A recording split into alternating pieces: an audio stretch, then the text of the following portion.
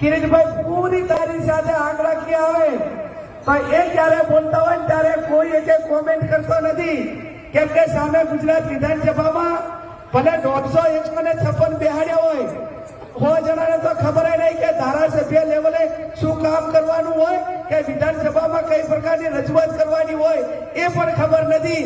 એવા ધારાસભ્યો આ વખતની 15મી વિધાનસભામાં બેઠા છે.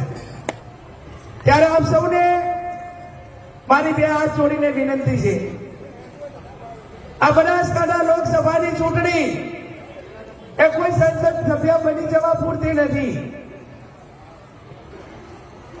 3-4 મહિના પહેલા સર્વે કરવામાં આવ્યું.